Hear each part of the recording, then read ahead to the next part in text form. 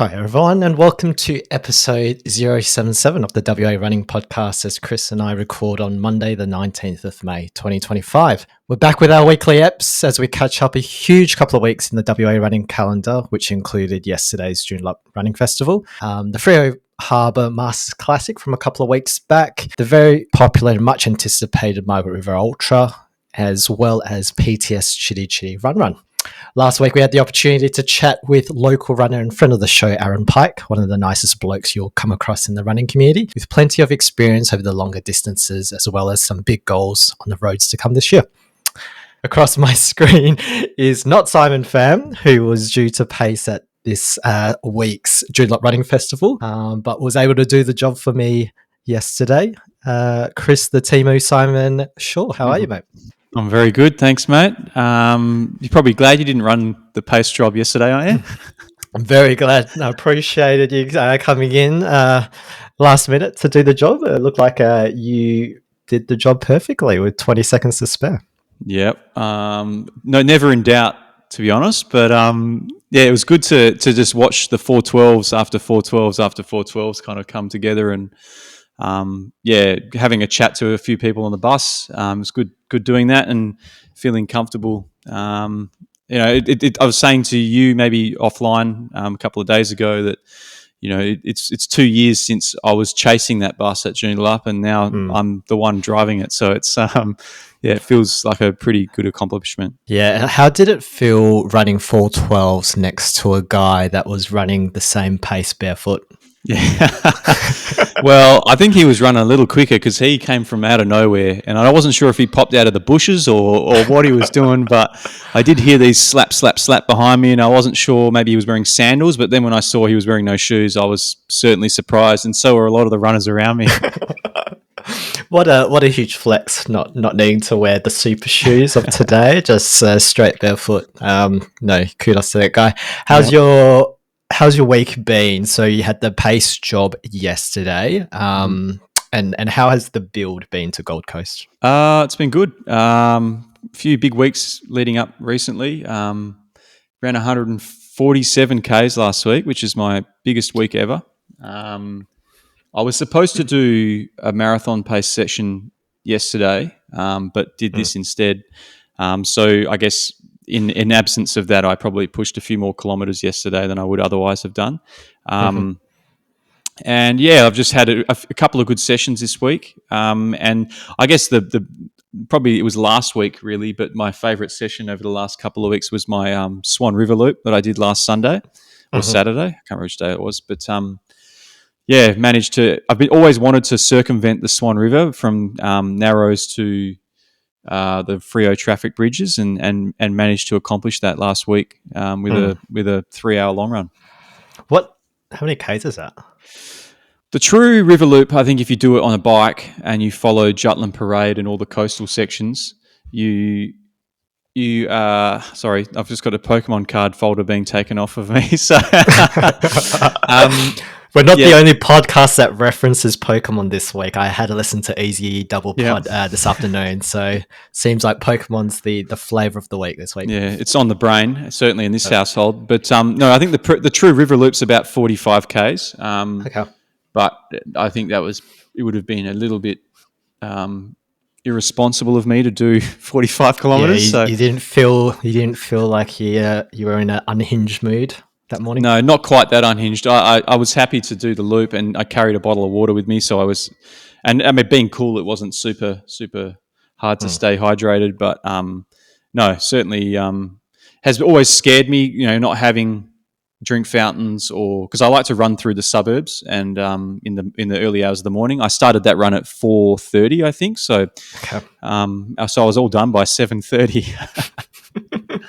And how did you survive as a loving father and partner that day?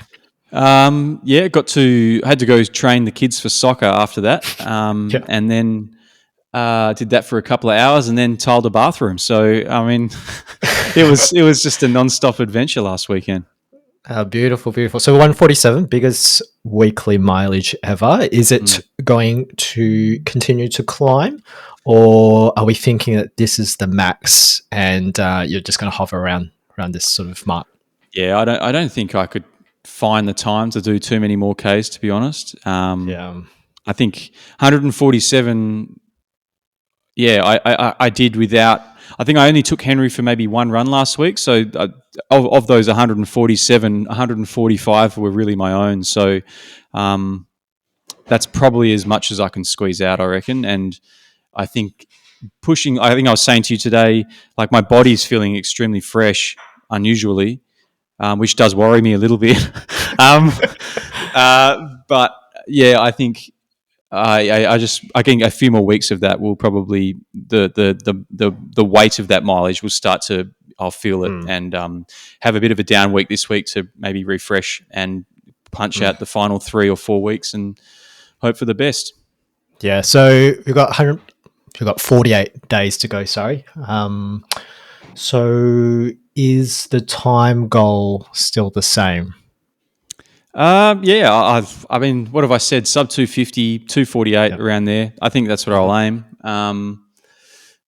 I don't see any reason to change that. I feel like I'm over that longer distance. I'm feeling very comfortable at the moment. So, yeah, it'll just be a matter of how the next couple of marathon specific sessions go. I've got one next week, so not this week being a down week, but next week, and then one final one 3 weeks out from the race. So I think those will be a tell as to how I think I'm going to go and how they feel. But we'll just wait and see. I don't want to get overconfident at this stage because you can look at all the numbers, right? You look at Runalyze, you look at some of the other predicting, algorithms out there, and it's telling me that I can run a 17 flat 5K, which I know I can't do. But yeah, it's just one of those kinds of things. You just don't want to get too carried away.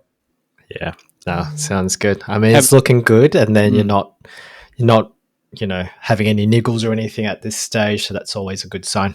Yeah, I mean, the surprising thing is after that knee scare I had a couple of weeks ago, and I was feeling a bit of onset soreness from that for about 10 days or so. It seems to have completely gone away. And after attacking a few hills on a long run and a couple of hilly tempos, somehow as a medical professional, like the hills have actually resolved the knee. So I'm not a medical professional, but I just want to clarify. People can't understand sarcasm, but yeah, I think, I don't know, somehow it managed to fix that up and yeah, the knee's feeling good. And usually I start to get a bit of Achilles soreness or a bit of calf tightness, but none of that's there, and that is mildly concerning. Yeah. I mean, it's interesting to know that because we were training for Bunbury together last year, and I think it was probably at this point in time when we were starting to feel very fatigued. I think there was a lot of tiredness every time we did the Thursday morning workouts, but I feel like the workouts we've done together lately has been quite refreshing. So we're probably finally used to this load, I think, on our bodies. Yeah, for sure. I think, obviously consistency is key, and having now done it for, I don't know, how long have you been with Tina? 10 months or so?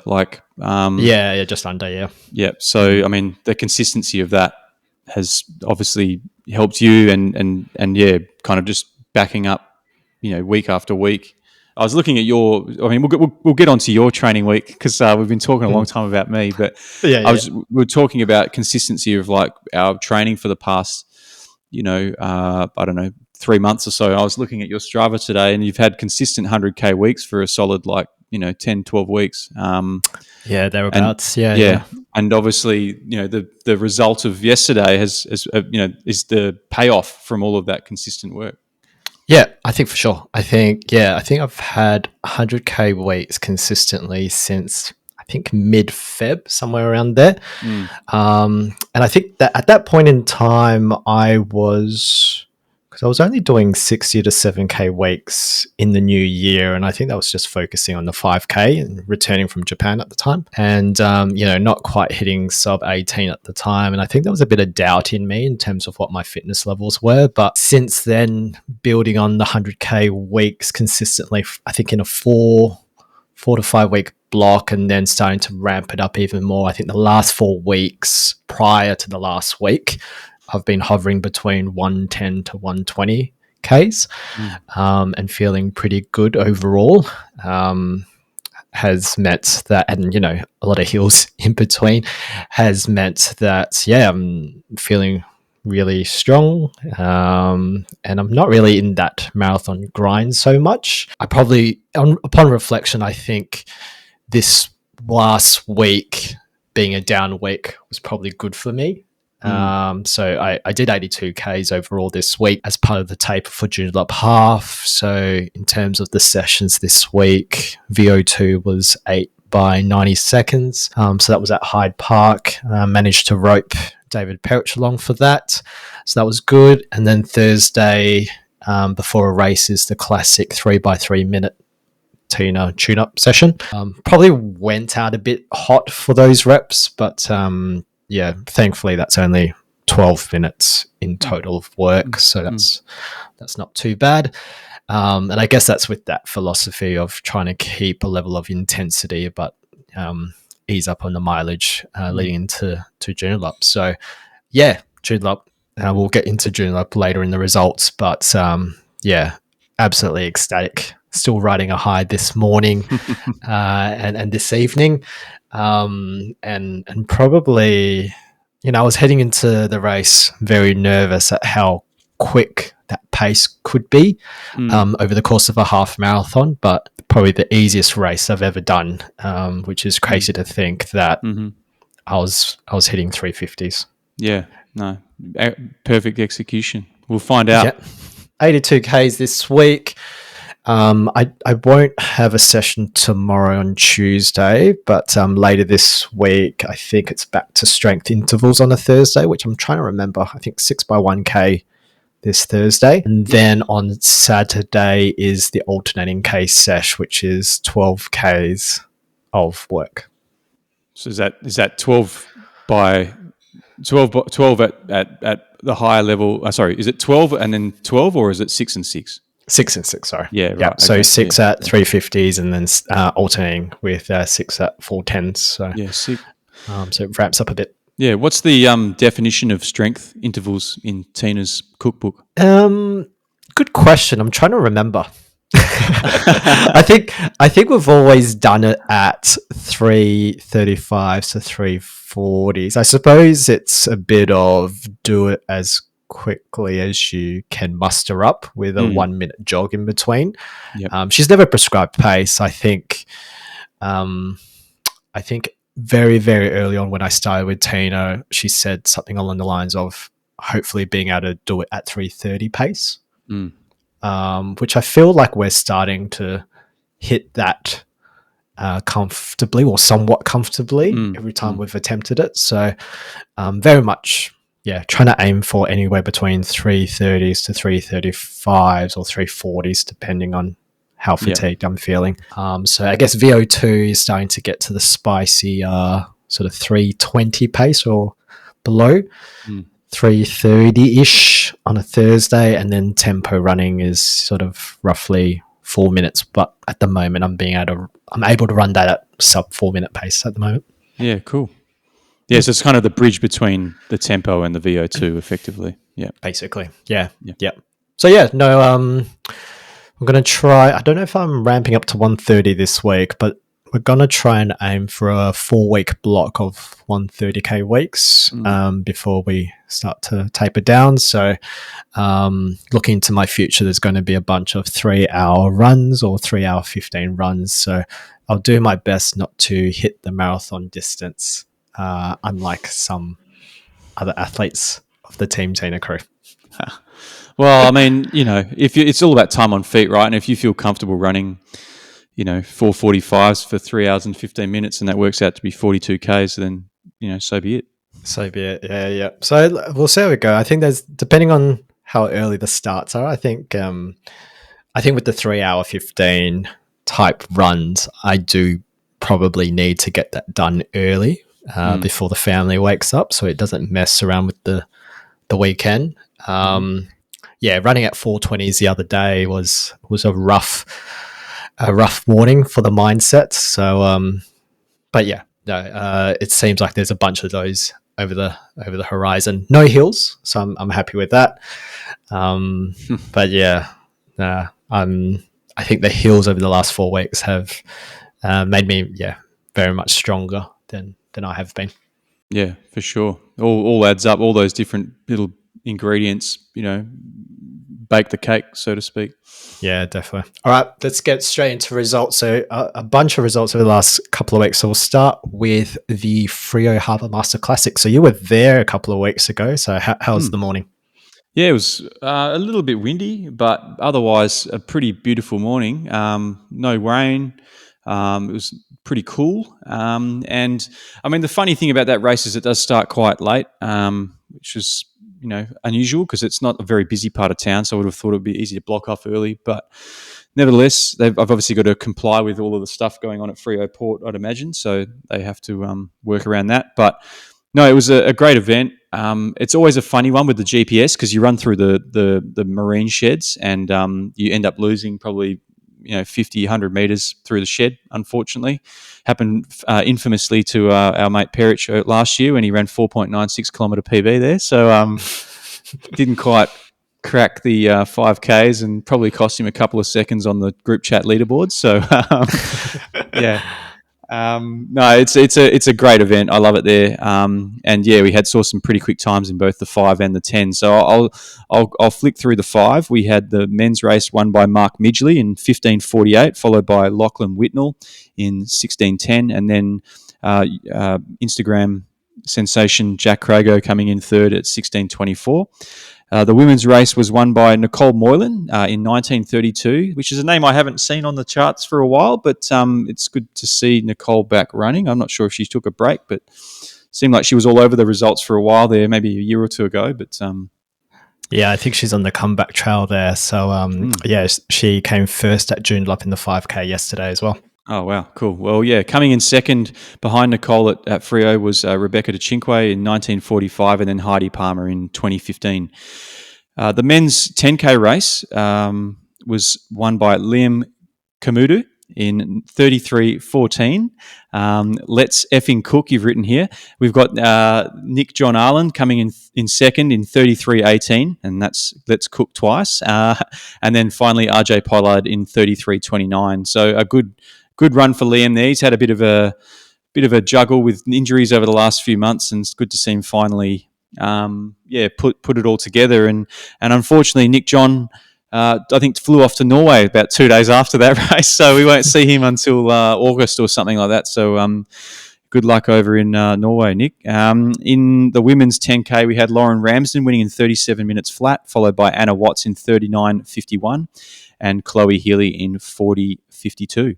A couple of shout-outs here. Some friends of mine, I had Kate Moore and Gian Tonossi competing in the 10K and 5K respectively, but also their boys, Giacomo, who's 10, and Peter, 8, running 5K races themselves. I think Giacomo ran in about 22 minutes and Peter was in about 24 or 25. So that's spicy. Pretty rapid young fellas there. Henry ran a 2-minute PB that day, and he ran 26:50, which was only a stepping stone to his PB at the Mother's Day Classic, which we won't be reading the results for, but he ended up running 25:23 at the Mother's Day Classic. So when you're bordering on 5-minute Ks for 5Ks, which is scary, but he's on the trajectory now to sub 20 by the end of the year at this rate. Well, if he keeps dropping 2 minutes every 3 weeks, yeah. What is he doing this week? He's doing HBF this week, right? He's doing the HBF 3K, yeah. So he's doing that with his friend Jack, who he did the Mother's Day Classic with, and his friend Jack, went out pretty hot, and Henry went with him, and I was kind of way behind them with Jack's dad for a bit, but then I figured, Jack's dad's got a bit of a bung knee, so he sent me off to go find the kids, and I think they kind of egged each other on a little bit, and then Jack was kind of fading about 3K in, and I could tell that he was dropping off the back, and I thought, if this was a race, I would tell Henry to just leave him for dead. But I did. I ushered Jack to catch up with us, and Jack ended up winning by about a minute or about 10 seconds. Sorry, in the end. But yeah, no, Henry was ecstatic with his time, and that especially up that little climb at Claysbrook Cove there at the end of the park run. I think that was a surprise to everyone. So, yeah, no, it was good. No, that's irrelevant. We're not talking about the Mother's Day Classic. Yeah, no, all good. So Henry's looking good. Still motivated. Still after running sort of back-to-back 5Ks. Yeah, he's really looking forward to this weekend at HBF. We just did a 6x200 meter session just before this record, and he hated every second of that. But I did tell him that it's the key to the success is by doing these little sessions every once in a while just to keep him sharp. But no, he is enjoying his running. It's just sometimes encouraging him to get out of the house or get off the couch. Will be that's the tricky part. Yeah. Oh, Coach Chris has got him doing VO2 sessions already. Interesting. No, strength intervals. Yeah. Strength intervals. So there's a 1 minute jog in there. Yeah. No, that was the Freo Harbour Masters. So, shall we hop on to probably one of the biggest events of the year, which is the Margaret River Ultra? Yes, so that was on the 10th of May, or the weekend of the 10th of May. So we'll start with the full Ultra, which I believe was roughly 78K. So we'll start with the men's.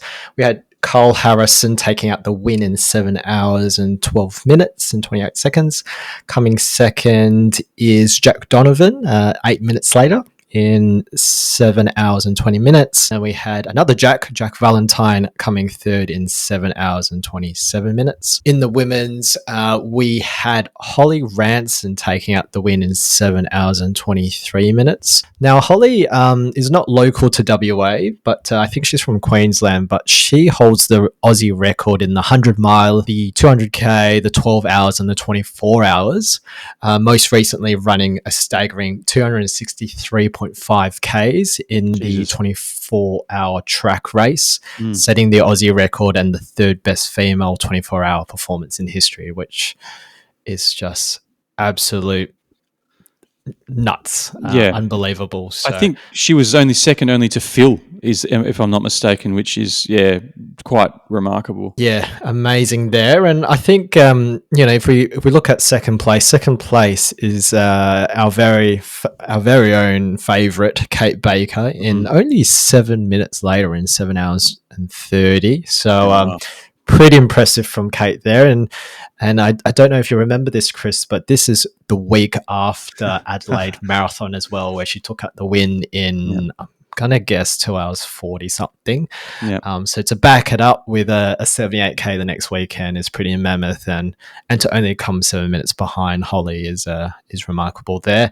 I did have it on the run sheet there that she posted some nasty feet pics there post race, so I think pretty nasty toes post the 78K. So hope you're recovering, Kate, and we look forward to the three-peat in a month's time at Roto. And then coming third is a name we say a lot, Petra Geragine, in a time of 7 hours and 55. Special shout out to Brian Burke, who after doing some crazy 1 a.m. runs at City Beach, was able to finish the distance in a pretty decent time there. And Michael Edger, which I'm guessing is an avid listener of the show, getting a special shout out there. Well done to you both.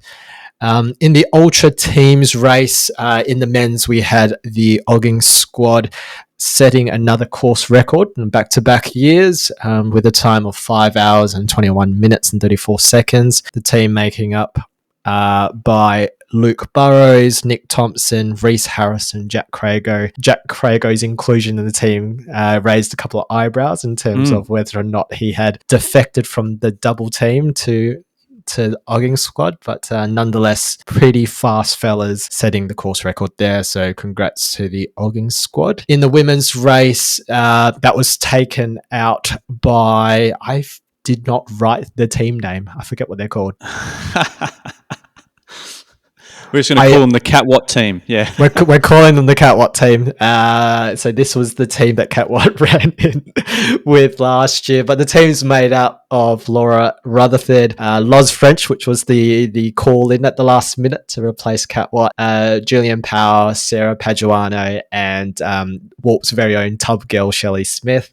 So they ran that in 7 hours and 22 minutes. So well done, guys. Moving on to the marathon. That we'll start with the men's. That was taken out by Ben Leeson in a time of 3 hours 28. So that's pretty fast. Yeah, not bad when you're running on sand. Yeah. Yeah. Coming second is Matthew Duncan in 3 hours 53 minutes and 50 seconds. And coming third is Jake Nowicki in 3 hours 54.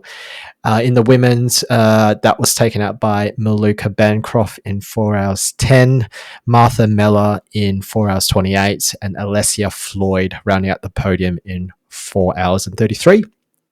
Special shout outs to those that competed in the Grand Slam, which was those that completed the Ultra and the Marathon back-to-back days. So absolute loose units and borderline suspicious behaviour, but congrats nonetheless. So in the men's, that was taken out by Willem Richards in a total combined time of 14 hours and 11 minutes. And then in the women's, that was taken out by Chantel Curtis in 15 hours and 28 minutes. My God. I didn't know that was an option. Yeah, that's unbelievable. Probably should do Margaret River Ultra 1 year. I reckon it's on the radar for me next year. Yeah, I don't know when entries open, but it's usually pretty soon after the race. So yeah, I feel like this is the one that sells out within the hour. Seems like everyone signs up very quickly, and barely anyone pulls out, which is tough to get yourself a ticket, so you kind of need to be on it. All right, let's move on to the WA Marathon Club Joondalup Running Festival. And I know a couple of weeks ago when we covered the Lake Rumble Run, we had some comments when you said that the Lake Rumble Run was the team running festival. So I think, just to be fair, are we calling this the AliExpress Rumble Run? Yeah, or Alibaba, pick your poison. Yeah. Yeah. All right, take us away with the Joondalup Running Festival. So we had, it was a beautiful morning yesterday to start off with. I think it was 11 degrees on the start line and not a lick of wind. It's like the third year straight that I've run that, and every year it's been immaculate race conditions. So very, very happy to participate in that again. And I think every year this was a record breaking year for the Marathon Club in terms of the Joondalup Running Festival, in terms of its participation rate. Every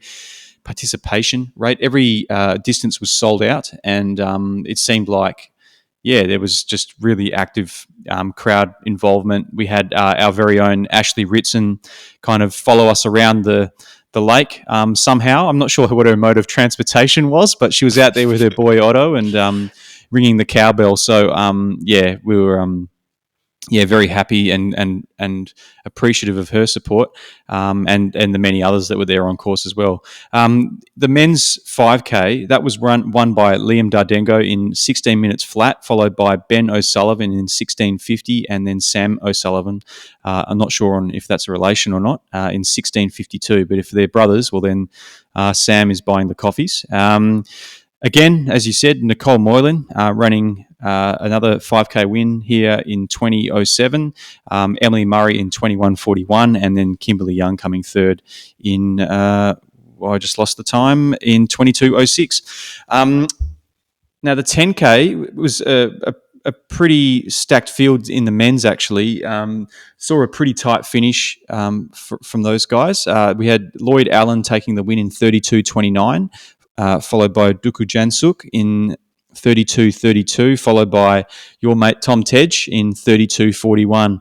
I was on the half, and I was probably about 2Ks from the start line or the finish line when I saw these guys running past, and Tom was breaking the wind for the other two fellas. He was definitely the biggest unit of the three, and he was leading, and obviously those guys took full advantage of what little windbreak he was providing, and kind of sent it in the last couple of Ks to take Tom's soul. But Tom ran a 1 minute PB, if I'm not mistaken, so he was pretty Yeah. stoked regardless. And he ran a 5K PB within that 10K. Yeah, So wow. Pretty impressive. He's on the comeback, and he's looking very strong. He's taken on the advice of doing a haircut before each race, so there's a bit of second shaved off there, literally off his head. But yeah, no, he's looking very strong. He's looking good. I think he was telling me, what has he got? He's got a marathon as a stepping stone in the middle of the year. I think it's the Kalgoorlie pipeline that he's going to do. And then potentially Valencia is the A race later this year. So he's looking good. He's building the speed at the moment, but he's looking the goods. Well, I mean, if he's starting off with a 5 and a 10K PB at this point in the year, I mean, Valencia is going to look, astronomically different from a marathon perspective for him. So definitely, that's awesome. The women's 10K was won by Catherine Lynn in 40 minutes 31 seconds, followed by Catherine Ryan in 42:12, and then Charlotte Bryant coming third in 43:59. The half marathon. Now we had 56 runners running under 90 minutes. Obviously due to my great pacing job on the weekend. No, we had Carlos as a last-minute entry, taking out the men's race in 1 hour 13:04, followed by Liam Fury in 1 hour 13:28, and then our mate Sota Maehara in 1 hour 14 minutes 16 seconds, which comes 2 weeks after his Wings for Life ultra marathon effort. I think he ran or totaled 56 Ks, so pretty phenomenal effort from those three there. And then you've probably got a few anecdotes to share here, Simon. Yeah, so it looked like a very strong group at the start there. So you had Carlos, Liam Fury, you got Sota, you got Lucas Coe, and then you got Daniel Russo. So that front sort of 5-pack, which seemed to be close together for most of that race. And I believe Liam was probably doing a lot of the work for the fellas there for a good chunk of that race. And then I think Carlos started to make his move towards the end just to test Liam a bit, and looked like Carlos was very strong throughout and sort of pipped him at the end there. So another strong showing from Carlos. Don't know if this was always the plan. I think he just was able to snag a last minute ticket to go back to back in Joondalup wins. I don't know if he's going to do HBF. It's very classic Carlos behavior to do 2 races in 2 weeks, but very impressive to be able to run a 73-minute half with very little notice there. Sota, a pretty impressive performance from him, running a 74-minute half as well, not only 2 weeks after Wings for Life, but not doing any half marathon specific work. So to be able to pull that out of his ass is pretty impressive. Yeah, I think I have a feeling Carlos is racing next week. But obviously this being a last-minute decision to run this potentially will hinder his performance at HBF marginally. So I think he's roughly 2 minutes off a PB there with that time, and probably was running that as to race it rather than to try and run a PB. So probably made the smart decision to tuck in and run behind Liam for a while, and then use his strengths toward the end with all that work he's been doing, as he's explained to us on our Gold Coast Marathon training series. He's been doing a lot of that threshold work and a lot of high, VO2 stuff. So showing that in spades toward the back end of that. All right. Shall we go into the women's race? Yeah, so we had Lauren French taking the win there in 1:22.02, followed by teammate Jules McNish in 1:26.26. And then Leanne Flugel in 1:28.12, who's part of the Running Works crew, I believe. So, yeah, some pretty swift times there. Lauren taking, a pretty substantial gap on the win. I think Jules ran with me for all of about 100 metres at the start. She said, good job on your pacing, 100 metres in, and then that was it. She was gone. So, saw a few. I think we saw Rosie as well, Rosie Sperling running a pretty solid time there.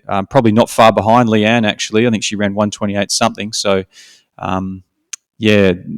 seems like, a reasonably tight-knit group around that 1:26 to 1:30 Yeah, so Rosie came fourth there in 1:28.46. So it'll be good to chat to her in episode 2 of the Gold Coast series in terms of what her expectations were coming into it. And it looked like she came fourth again, so she must have came fourth last year as well. So very close to the podium there. I actually didn't realize Loz was racing Joondalup.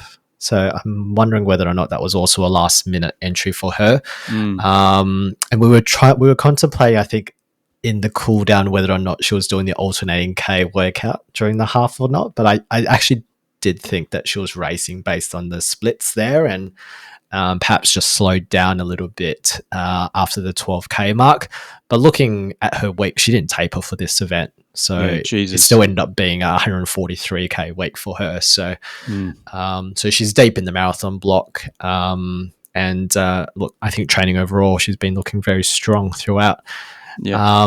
And Jules, I think for her, a good comeback story for her. So she's been battling with some injury. She unfortunately had to give away her Gold Coast ticket as well because she didn't think she was ready for Gold Coast. So, but still training very consistently of late, doing 90K weeks.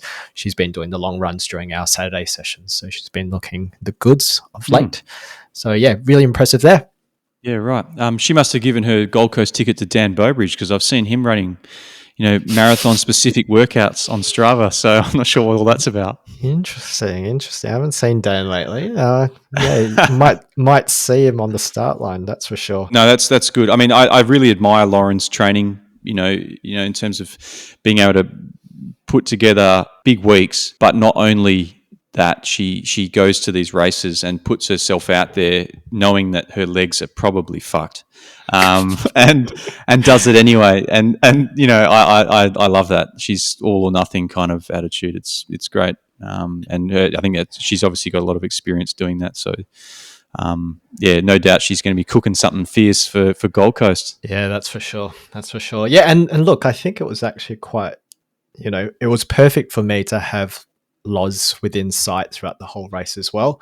So, I mean, my plan going into the half was to run 3:55s for the first 8Ks and then to try and send it with 12Ks to go. Yep. So that was pretty intimidating, like just the whole concept of trying to run that pace strategy.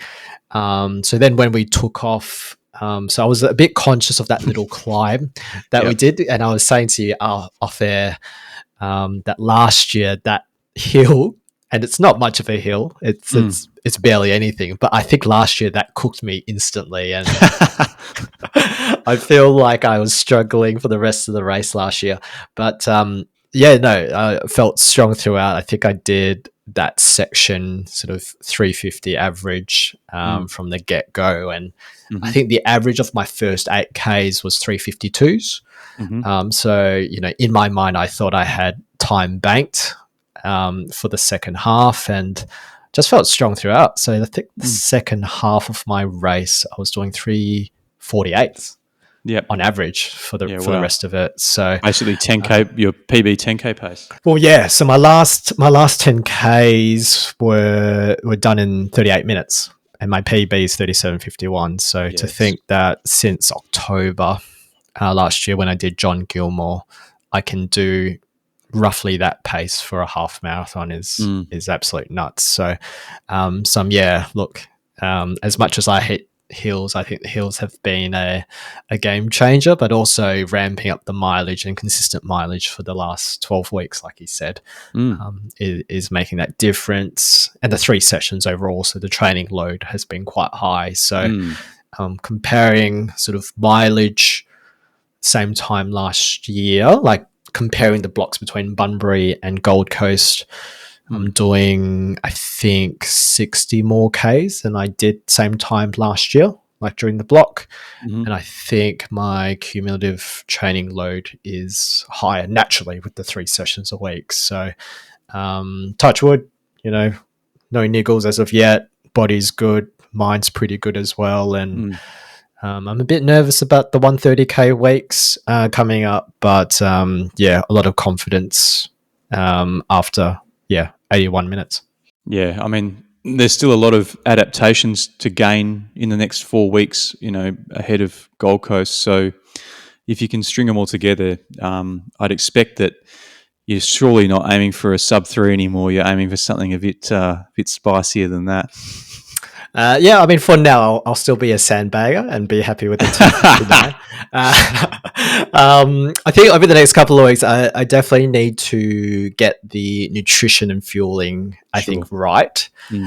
So I am going to use those 3-hour runs to really test my gut in terms of loading up on the carbs, maybe try some like salt tablets, because I am conscious that every single marathon that I've raced, I've cramped at the 30K mark, like clockwork. So I'd hate to go out at 4:10 pace or whatever and then cramp at the 30K mark again. So so I'll be a sandbagger for now. I'll keep the carrots in the ground or whatever Jackson says, and then reassess towards the end of June. Yeah, for sure. No, I think it's important to acknowledge that, obviously it's an incredible performance yesterday, and I think I sent you a text message afterwards and just said like the kind of achievement of that can't be kind of overstated. You need to really appreciate the moment that you've got now, because it is an incredible run, and you should be extremely proud of it. So obviously you've put in a lot of work, and that's now showing, considerably. So yes, it's you've done it. You've done a great run. Carry it with you and use it as fuel for the next 4 weeks. As a confidence builder that something big is coming, and there's going to be a massive payoff in the end. Yeah, definitely. All right, let's finish the results off with the PTS Chitty Run. Yeah, well, I mean, this is a bit of a downer, isn't it? Now we'll go through the black race because it is the keystone, I guess you call it, of this series. So we had our mate Piers Bresman winning the half marathon in 1 hour 30 minutes and 9 seconds, who was 17 seconds ahead of Sam Colvin, and then the often named Kirsten Buist winning in 1:39.58, followed by Petra Georgian just 0.9 seconds ahead, if I'm not mistaken. If I'm reading this right, it's less than a second behind, which is ridiculous to be that close over the course of a race like that, with presumably some reasonable elevation there and technicality. So great running there, guys. Before we go through to upcoming events, we have to go through our interview from last week. So we recorded this interview with Aaron Pyke maybe 10 days ago. Aaron's a fellow that I met on a run with Rochelle and Matt Damasi at the start of the year. His positivity and just enthusiasm generally was quite apparent to me at that time. And having talked to him during that run of some of the stuff that he'd done, I thought, shit, this guy would be a very worthy guest to have on the show. And I think maybe you had met Aaron briefly after that at a community run or something like that. But having people like this in the running community, you don't get people off like this who are there to support others, at basically the drop of a hat. And look, we'll go through some of that in this interview, and here's our interview with Aaron. All right, today we are joined by Aaron Pyke, a self-confessed high-mileage enthusiast and one of the nicest blokes you will meet in the Perth running community, often seen at various run clubs, including our very own Warp community runs. Aaron, great to finally have you on the WA Running Podcast. Hey, dudes. Yeah, thanks for having me. It's good to be here. Yeah, I feel like it's been something we've been talking about for a while, but it's been a long time coming, so great to have you. I think we first met at a club run hosted by Rochelle and Matt Damasi earlier in the year down at Leighton Beach, and from the outset, your positivity for running and the community and the people around you on that day was pretty obvious. Tell us a bit about yourself, mate, and how you kind of got the running bug. It definitely was the first time we met down there. That was just before Christmas and stuff, I think. Potentially even the New Year. So, like for me, for running, I guess I wasn't one of those, those gun sprinters in high school or anything like that. Like definitely, absolutely no talent for fast running whatsoever. Same. But good. Like at least we're all on the same page. But I guess I picked it up a little bit later in life. I sort of started out with cycling and riding, actually, like semi-competitive downhill racing and BMX, actually. Then later in life, after just copying a suite of just horrendous injuries from racing downhill and riding downhill, took up running as just a bit of a general fitness sort of thing, and transport. I'd run to and from the gym, and then I think probably around 2018, it became a little bit more serious for me. Training for some work things, and then getting into some like 10Ks and stuff like that. And then I guess moving on from there, I sort of like, for whatever reason, just love the thought of getting back on the trails, but on my feet, I guess. So like growing up in the bush, on the bikes, it was kind of like a natural progression for me to go back to trail running, really. So I think I sort of skipped the road phase, really, and then just went straight to trails, because I just love being in the bush, I guess. So naturally just fell into trail running, and then around 21 I attempted my first 50k ultra. Self-coached, just thought I could do it, and just went out way too hard, as we all do, and DNF'd it. I limped into the halfway point and called it there. So that was my entry to running ultras. So I'm sure there's plenty of people in the same boat as me there for that one.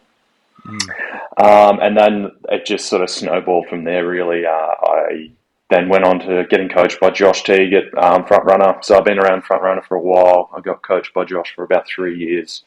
And then sort of he coached me back into actually being able to finish a few ultras and a few other big trail runs around the place. So it's been good. So you did, you DNF your first 50k. What was the headspace at the time? Were you keen to get back to avenge the demons of a 50k, or were you ready to simply give up, or like what was the process in your mind around that time? I'm sure there's plenty of friends of Philomene that'll be listening to this that'll just know that I'm super stubborn. I definitely wanted vengeance. At least I really wanted vengeance on that one race, actually, but I never got the chance because they stopped doing it. It was the Wild Goose Chase, and it was run by Ultra Series, and it was like I never got to go back the next year, and then they just cancelled the race, so I never actually got a redemption on it. But absolutely, I was like, oh no, I can do this,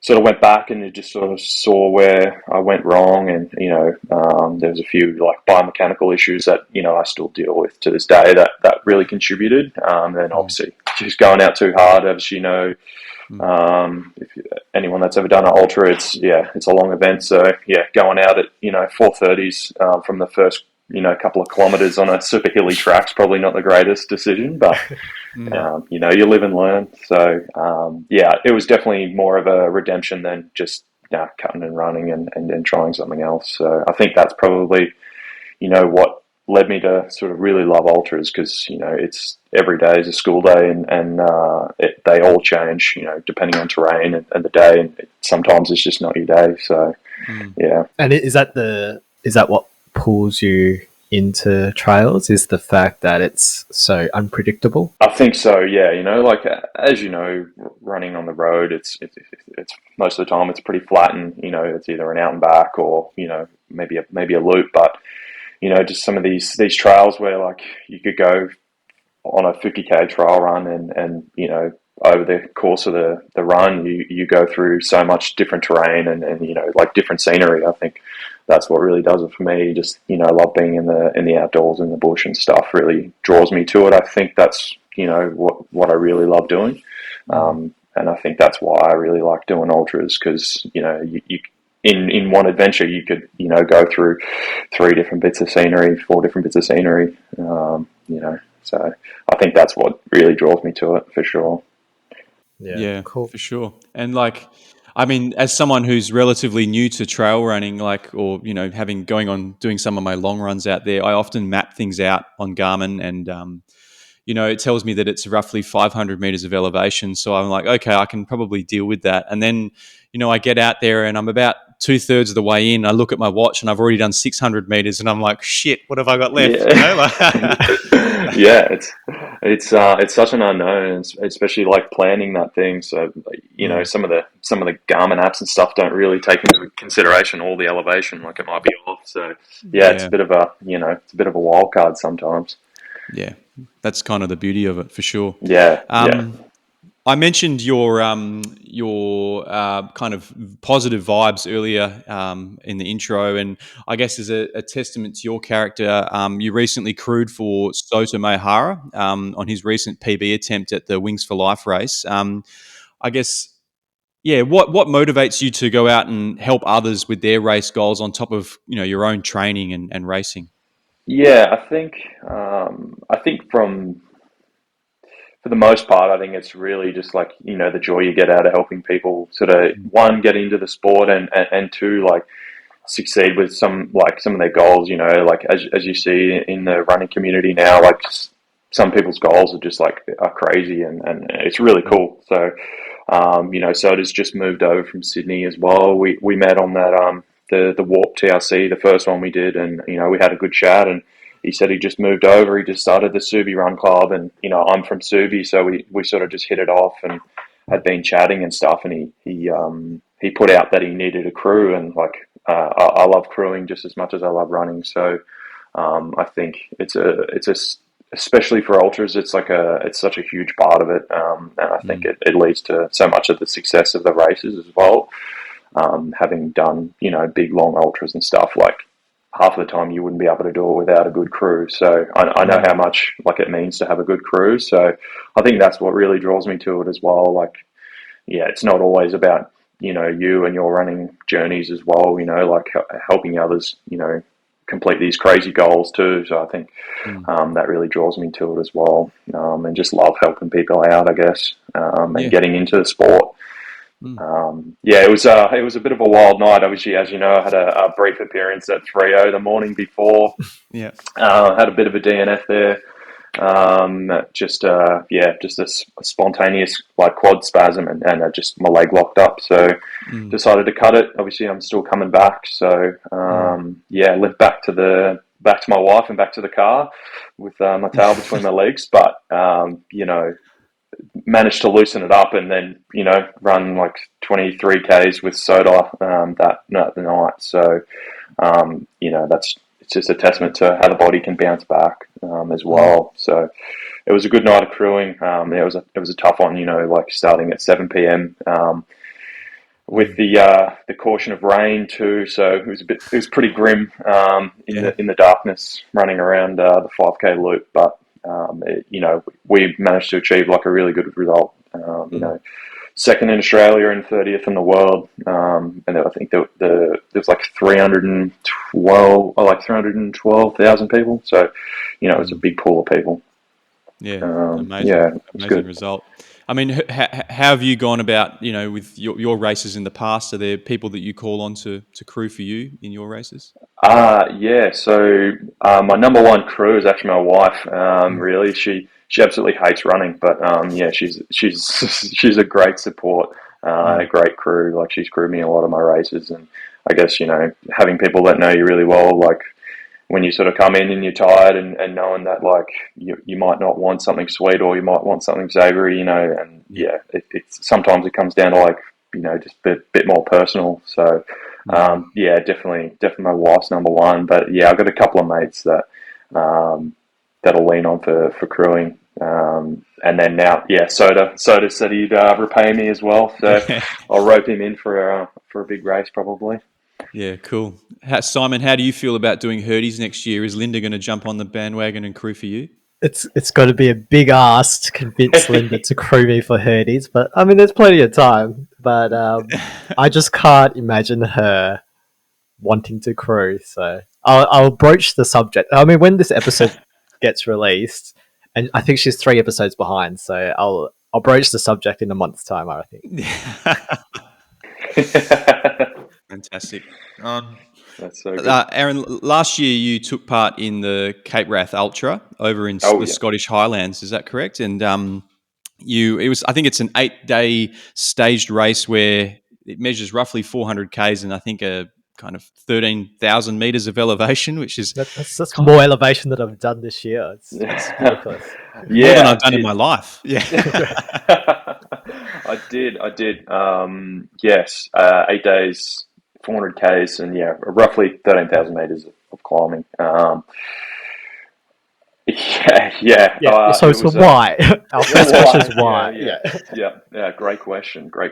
I guess, like I said before, I think for me, I know there's like those groups of people that, there's beach people and that sort of stuff. I'm really I'm a bush kind of person in the mountains and stuff. And I think it was circa 2021, off the back of the DNF, as you do, you start searching for the next thing.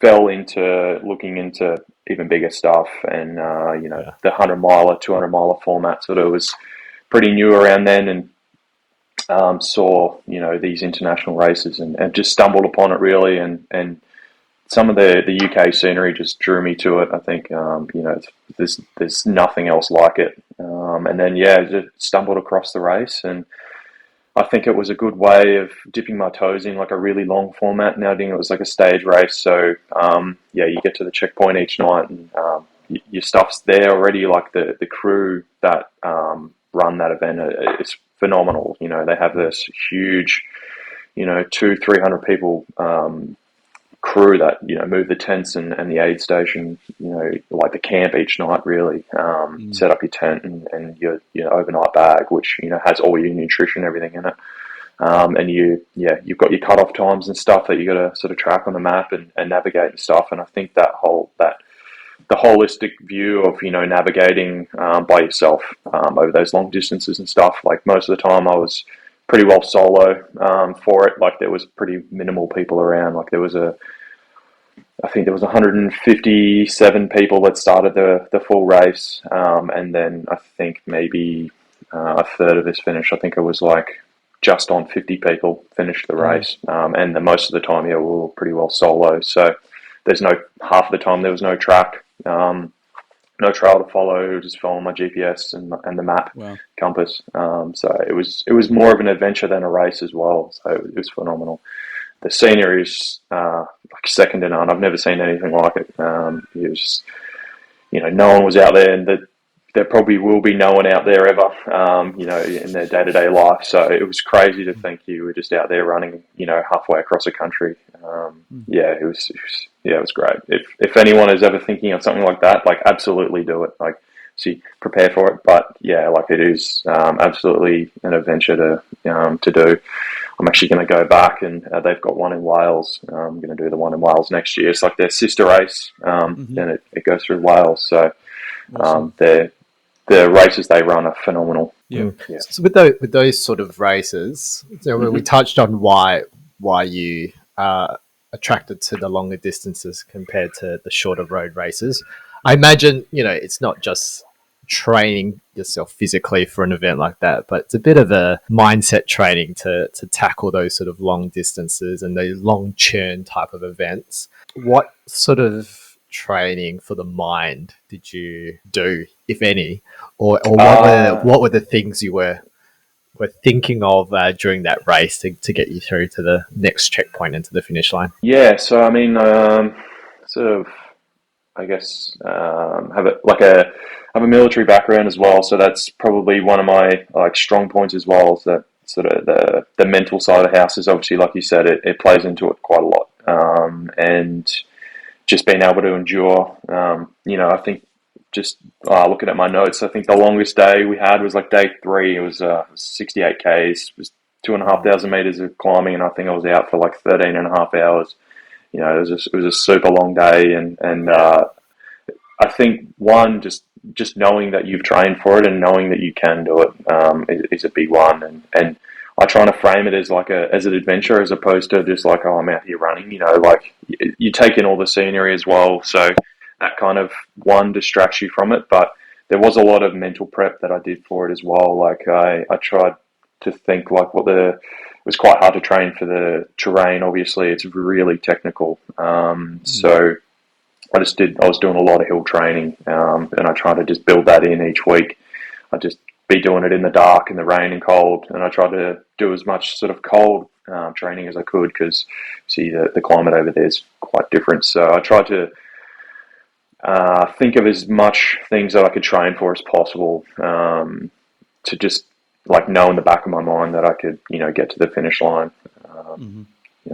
In terms of like hill training, cold training, and then just doing everything with my pack on. I'd commute to work with, my full race weight and things like that. So at least I knew in the back of my mind I was prepared as much as I could. And that was a big like ease off my mind, I guess, when race day came around, that I'd done as much as I possibly could to train for it. Yeah, for sure. And I guess like at the top of the episode, we mentioned, you do or have in the past done quite high mileage, and I presume that's in preparation for those races. At what point did you go from kind of doing this downhill cycling and BMXing into like, running, and then, determining like at what point, I'm going to take it, the mileage to the extreme, or do 180k weeks? Is that something you did with Josh, or is that something that came after?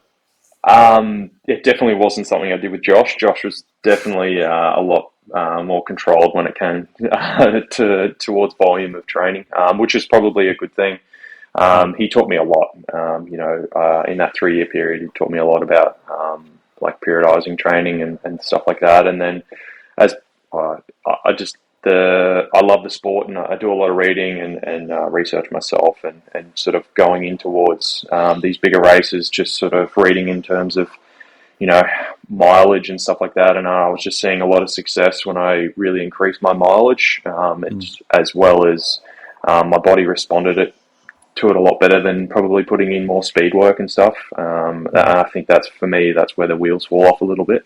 I feel like my body prefers a bit more higher mileage than your higher intensity, and that's where I've sort of done a bit of testing as well. And I just found, that really high mileage, after sort of being coaching with Josh, he taught me a lot, and then I just went into self-coached and just sort of slowly increased that mileage, and just saw that my ability to recover the next day from pretty well anything just went through the roof. So like I'm a big proponent of high mileage, obviously, as you know, but I guess it's not for everyone. Obviously I lacked a lot of speed, and I think I really identified that through Cape Wrath. I think there was a lot of times where that high end speed and stuff, even in those big races, does just play a big part. And I think that was one sort of aspect that I didn't really cover, just because the mileage was so high, and it just really eats into that recovery. So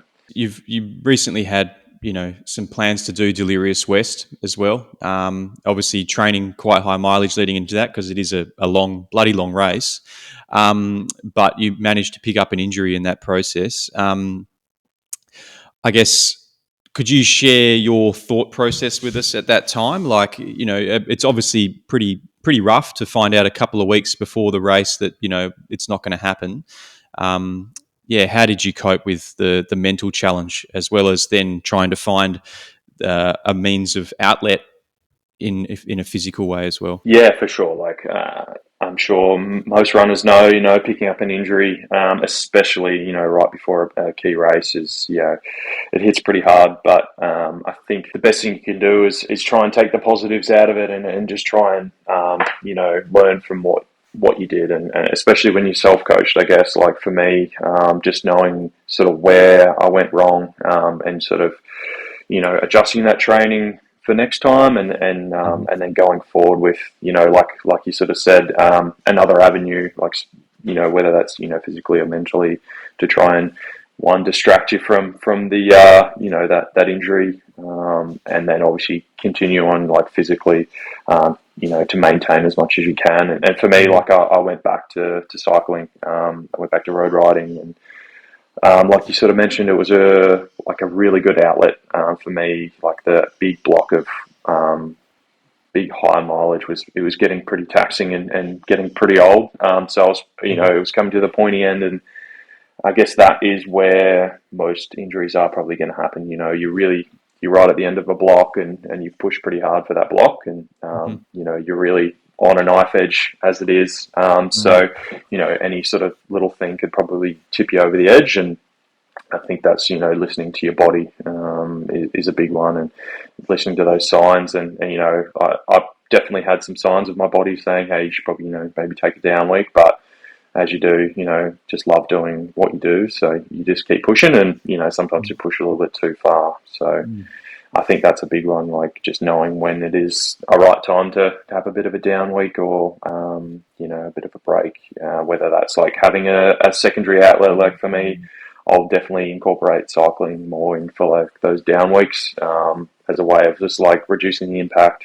I think that was one big thing for me, was definitely having a fallback, because I managed to maintain a lot of the engine that I built, I guess, through that big block. And, you know, really all I lost was that top end speed, which is what I'm now trying to just recover, going in towards, you know, some other races later in the year. Yeah. Are you planning to do Delirious West again in the future? I think I will. I will say that I didn't actually get a refund or a deferral, so I will take that on notice. I do really want to do it, but yeah, I did lose out on a lot, unfortunately. But I do still want to do it. Yeah, it's, you know, it's a race close to home, and in a beautiful part of the world too. So really, you know, when it comes down to it, I just want to enjoy the scenery too. So I think I probably will. Maybe not next year, maybe the year after, but I'll see. Got some other plans on the cards for next year. So yeah, and we're good. Oh, excellent. So both the running community and the cycling community have their fair share of dickheads. And you're on both sides of the community. So yeah, a fence sitter, if you will. Yeah, yep. So who's worse? And noting that you are on the running podcast, but also, or are you a bit like Smithy, where, you know, both communities are okay, but it's really the guys on the e-scooters that are the real dickheads?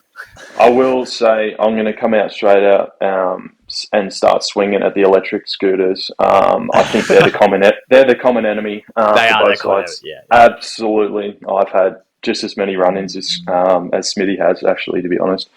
They have no rules. They just rule the cycling paths and the footpaths.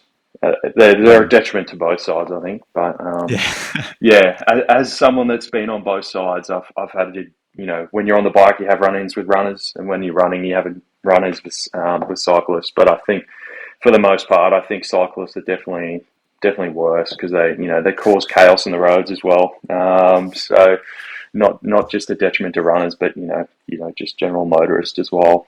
So yeah, I think cyclists are definitely worse. Yeah, no, I think the e-scooters, it's just, I don't know what the legislation is on them at the moment, but it seems like they need to be tightened a little bit more, because there's some people that just cruise past at 60 kilometres an hour on an e-bike or an e-scooter, and it's genuinely terrifying. And it might be in the dark too, so, you know, sometimes they don't have their lights on, and you don't even hear them coming. So yeah, that's the problem. Silent, and they just, you know, rip past you and clip you on the shoulder or whatever. Yeah, it's it's wild. I think the problem is there is no legislation. They kind of just do whatever they want. Yeah, it's problematic. Yes. Look, we understand you're an ambassador for the Shaka Project, which focuses on bringing conversations about mental health to the fore. Mental health is something that Simon and I talk about quite a lot on this podcast, for reasons why we run. What does this organisation mean to you, and how has the focus on mental health played a role in your life? Yeah, I am. And look, I went on last year as an ambassador, and I think for me what it was like you mentioned before, why I run. And I think we touched on it earlier, and it's, you know, the love for trails and the outdoors and stuff. But I think the biggest part for me is like the mental side of the house, and like what it does for me mentally. You know, the only time I can really, you know, clear my head, like most people probably, is, you know, out on a run, road or trail, regardless. I think it is like, it's such a, you know, a mental release as well as, you know, physical as well.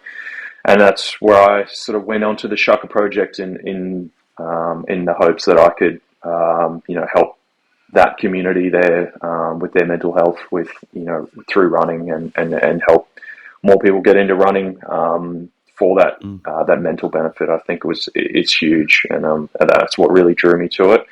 Everyone's got their life, pressures and stresses, and I think regardless if it's a 30-minute run or a 30K run or 30-hour run, it's a huge part for me is that mental clarity and mental release going for a run. So that's what really drew me over to them, and it's a way that the way that they do it is it's quite like it's easy and like they're not forcing people in. They're just really just trying to get people to have conversations about it, and I think that's incrementally like it steps up and just getting people comfortable talking about it, through the way that they do it. Yeah, for sure. So you're back on the roads again. With a short appearance at Freo last weekend. Yeah. But we've heard rumblings that Gold Coast is on the horizon, and as I look at my watch, we are 58 days to go. What's training been like in the lead up to Gold Coast? What is your goals for Gold Coast, and what's the plans for the rest of the year? I'm definitely back on the roads, and it is good to be back. And very, very short appearance at Freo on the weekend. Did get to see some good mates, but at that little DNF. But for me, like full transparency about like DNFs and stuff like that is, my aim. Like there's no reason to hide it. It happens to everyone. So, and it's just me, like doing these shorter races as a way of sort of gauging where I am at, with some, 5 and 10K races. And I like to try and do that off the back of an injury just to like help ease my mind to know that I'm not as injured as I might actually be. Because, you might go through some just daily training and pick up some niggles and go, oh shit, maybe like I'm not as, recovered as I think I am. And I like to try and, ease my mind with these short races. So, I'm going to have a reattempt at Joondalup 10K. Not this weekend, but next weekend, and just progress forward with some, weekly training and not push things too far. Obviously, coming back from some pretty serious injuries, so everything's going well. But I will be doing Gold Coast because it's I think sold out, and we've got a really good Perth crew going over. Like you got both you guys, Matt, Rochelle, that I do a lot of work with as well. We've got a pretty big crew there, and I think 50% of Perth is going over to Gold Coast just to race it. So it'll be good just to represent Perth as well. And also, I grew up on the Gold Coast, so it'll be good to go back home and do a race I've been wanting to do, since growing up. So, and getting more into running, it's a home race for me. So I think it'll be good just to go back and see family too. So have the home side advantage, hopefully, but not putting any time pressures on. I was going through 250, but I'll be just happy to finish at this point without picking up any re-injuries, I guess. So yeah, just running with the crew, like both you guys and the other crew, the two I knew, Sunny crew as well. So that'll be really good. Yeah. Wicked. And what about for the rest of the year? So I guess, next cab off the rank will be Gold Coast.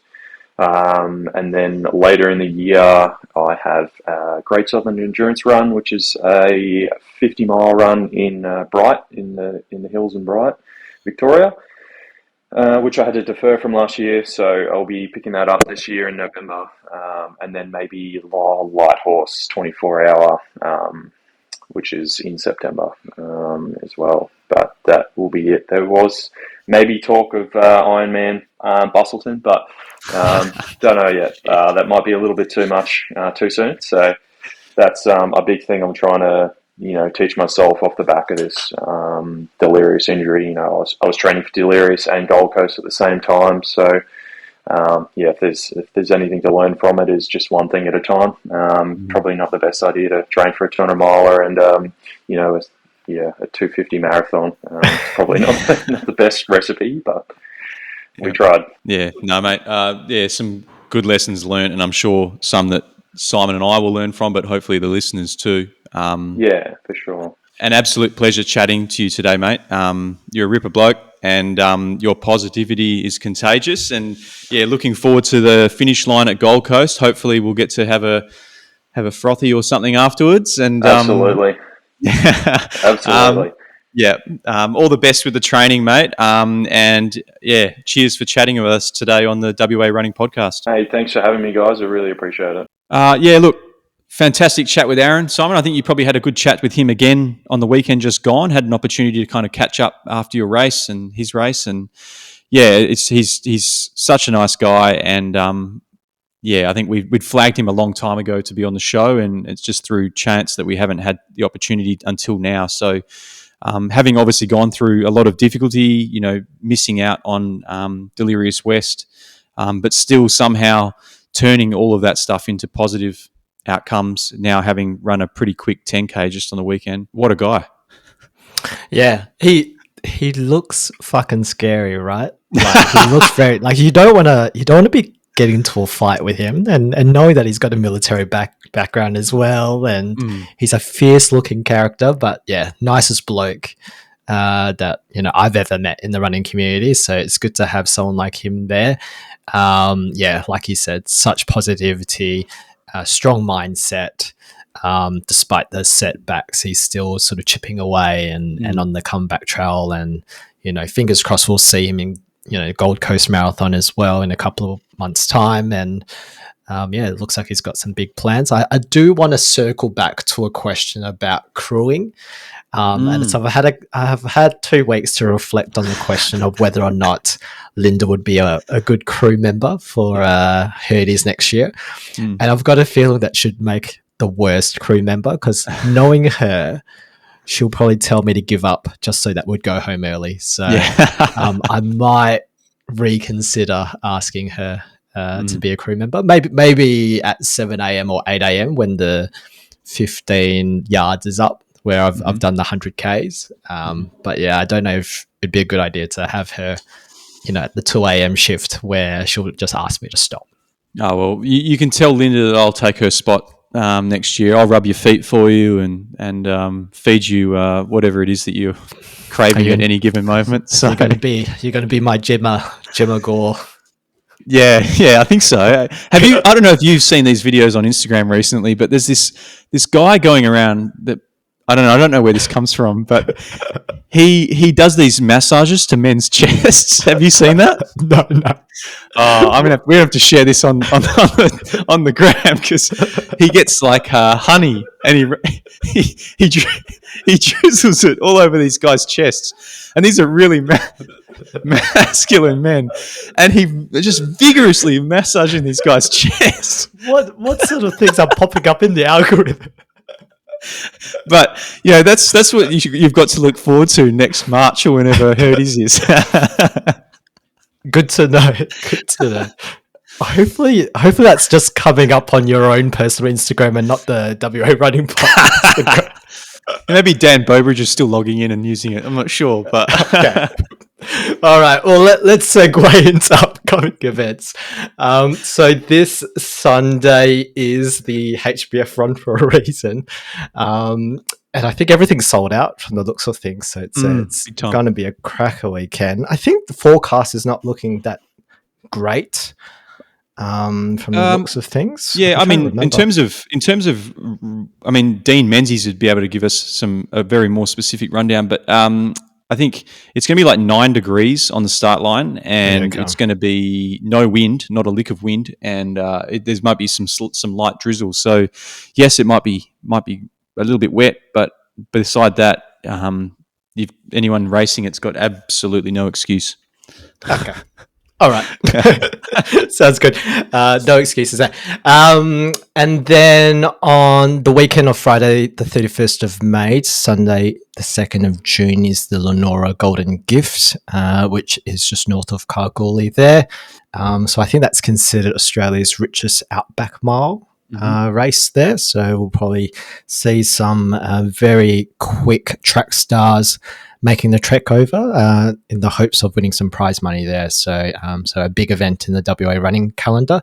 Probably an event that we forgot to mention when we were on ABC radio that time, when the host was probing us around regional races, and we were trying to come up with regional races from the top of our head and completely ignored this event. But that's coming up, so looking forward to that. And then finally, we've got Ultra Perth, which is on Saturday the 7th of June, with distances that include the half marathon or the 50k solo or team relay races. So we know Sota's been eyeing the 50k for quite some time, and that's going to be his A race. So I think we're going to see a very fast 50k time come the 7th of June. Who were past winners of that race? I think we've had Carlos win it last year, and I think maybe we had Dean the year before. Yeah, or was it Dean last year? I think it was Carlos last year and Dean the year prior. I mean, we can't be trusted with factual information nowadays. But if we say it, it's gospel. So that's all that matters. Yeah, I reckon last year was the year that Carlos jogged. Was it isn't that the one where he sort of ran tempo effort or something for the 50Ks? Yeah, in the lead up to Sydney. It was an absurd run. Yeah. So let's assume Carlos won it last year and Dean the year before. Yep.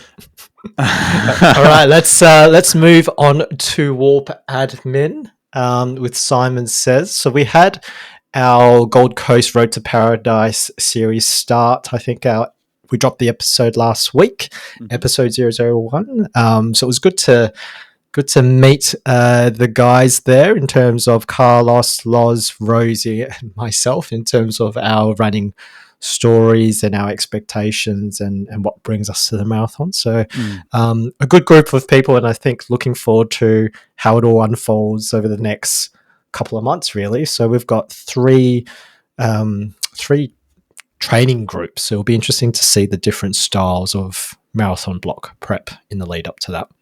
Yeah, for sure. I mean, I listened back to the episode last week after having recorded it, and just fascinating kind of stories with both Lauren and Rosie coming from this triathlon background, and Carlos coming from a Yu-Gi-Oh background. So it's kind of it's really just and yourself kind of becoming more of a rec runner now, taking it more seriously. So it's super interesting to hear all of these different kind of personalities come together and kind of trade ideas a little bit. And I'm hoping that the listeners are finding that interesting, and that, you know, that kind of sharing of ideas will continue to grow over the next couple of episodes ahead of the race. And, no doubt we're going to see some massive PBs from everyone involved there if we can get to the start line. So, looking forward to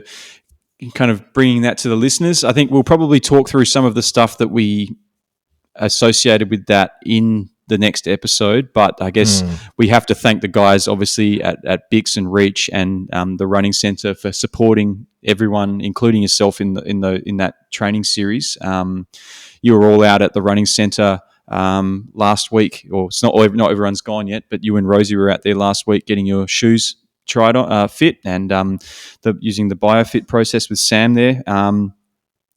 And obviously having received kind of ambassador packs from Vlad for the Reach and Bix products is a massive, aid. So I was at the Running Centre last Tuesday and picked myself a pair of workout shoes really for the training blocks. So I think coming into it, I think from the group chat amongst the boys, I think everyone was egging me on in terms of trying the Endorphin Speeds as the shoe of choice. And that actually did pop up as an option for me to try out. After Sam, essentially the BioFit process is Sam sort of going through a questionnaire with me in terms of my running history and mileage and what my goals are and what my current shoe rotation is, if any. And in terms of the fitting process, finding out that as much as I harp on about having fat feet, my feet isn't that fat at all.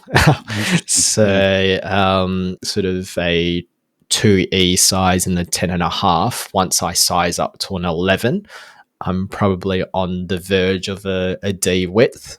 Okay.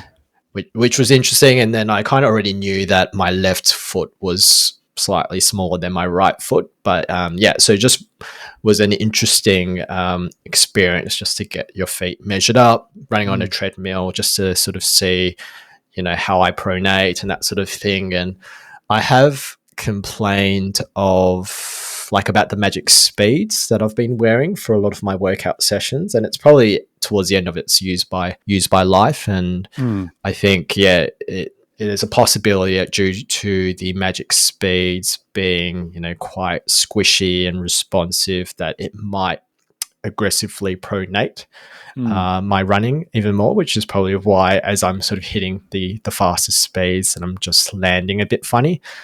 I ended up getting the Puma Deviate Nitro 3s, which seems to provide some level of stability, and it's comfy as. So very, very happy with that. So nice. I will give it a test run this Thursday and the alternating K session on Saturday. See how it goes. Yeah, sick. I guess probably the Deviate Nitro 3 has a full length nylon plate, if I'm not mistaken, whereas the Magic Speed might just be like a 3/4 or a half length plate or something. Which I think the Pumas is a carbon fiber power plate. Okay.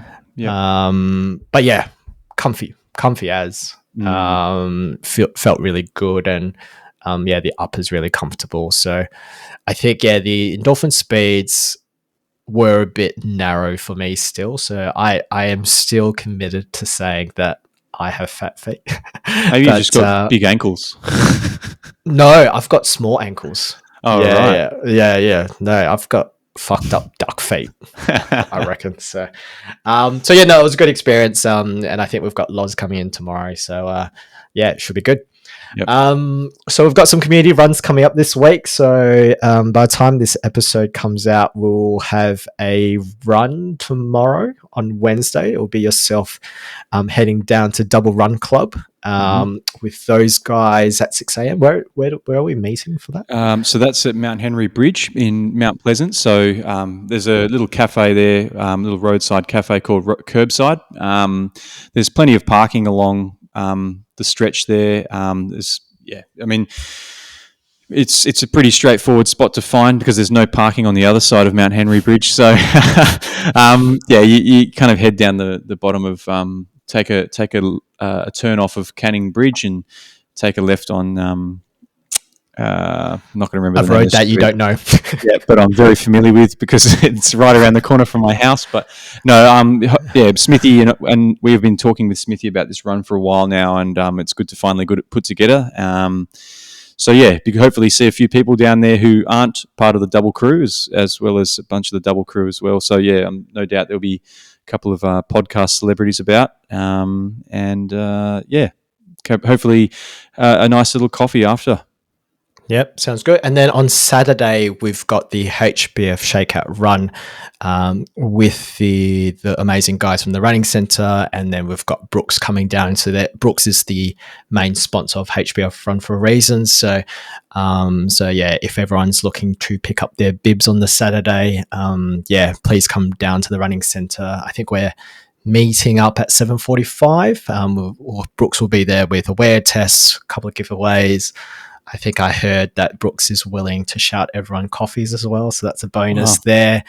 It'll be good to do a 5K shakeout.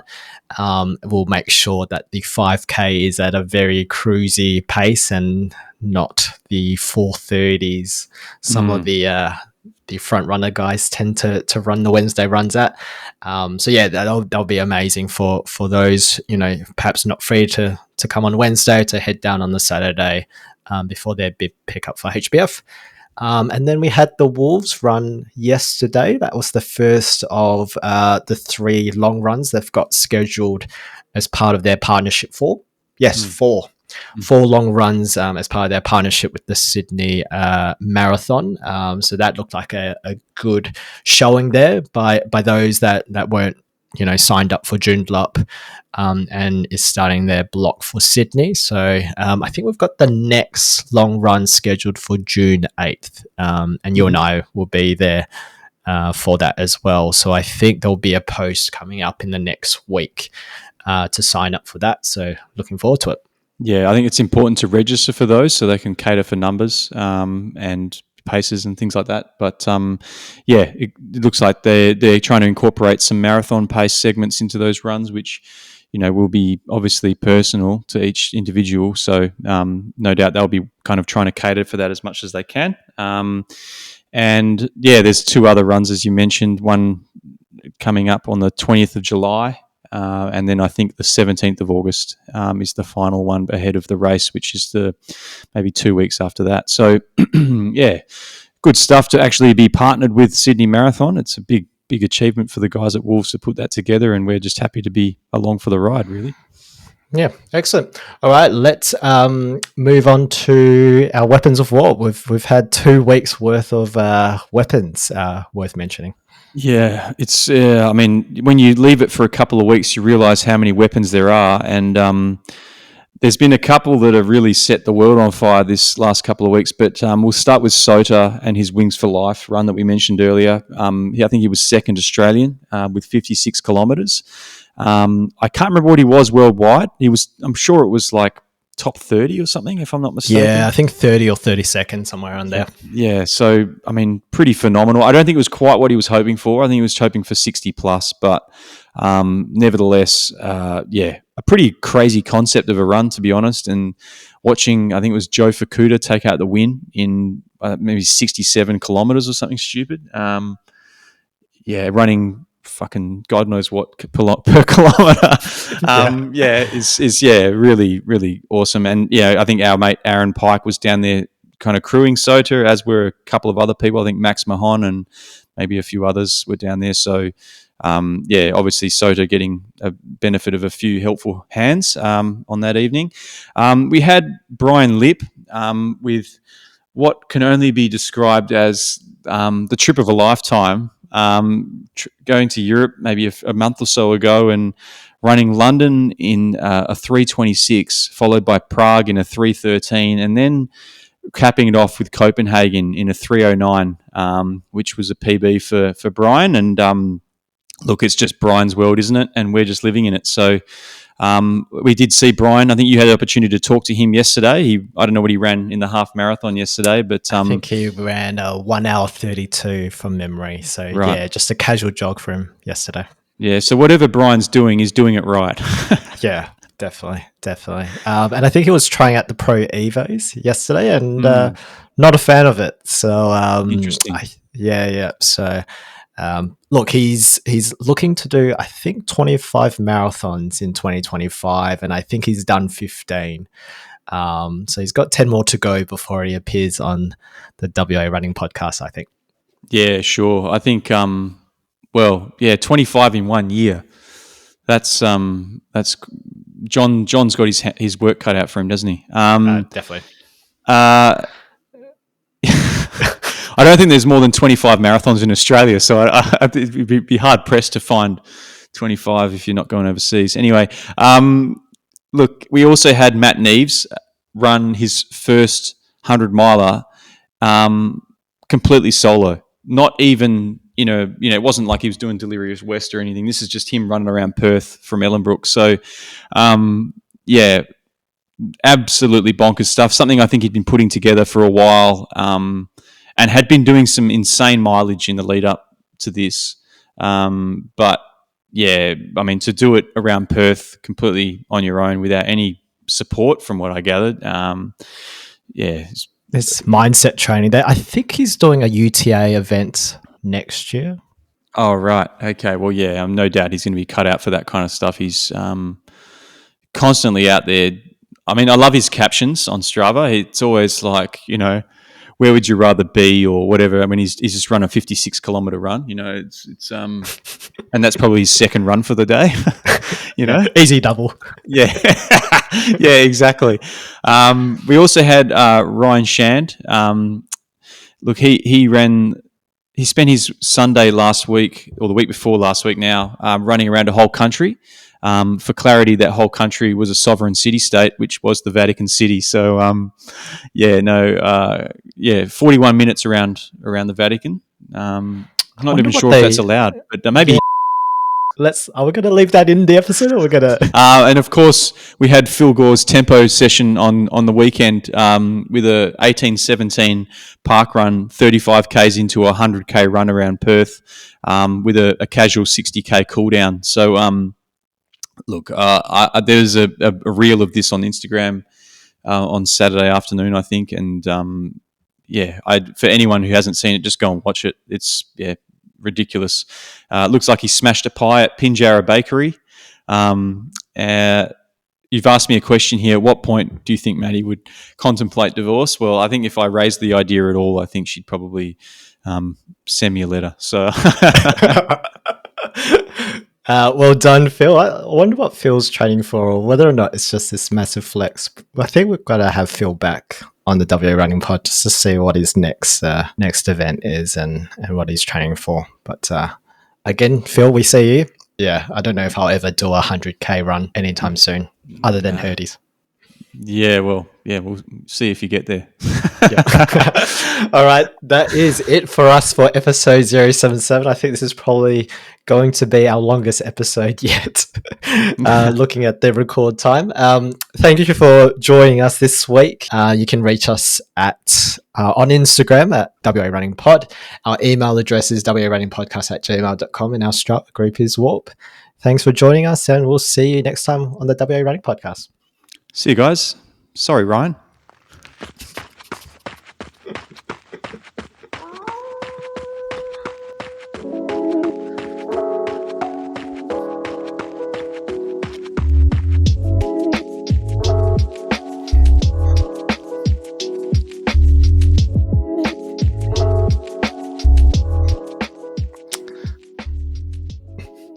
Yeah, we're probably going to get some complaints for that one.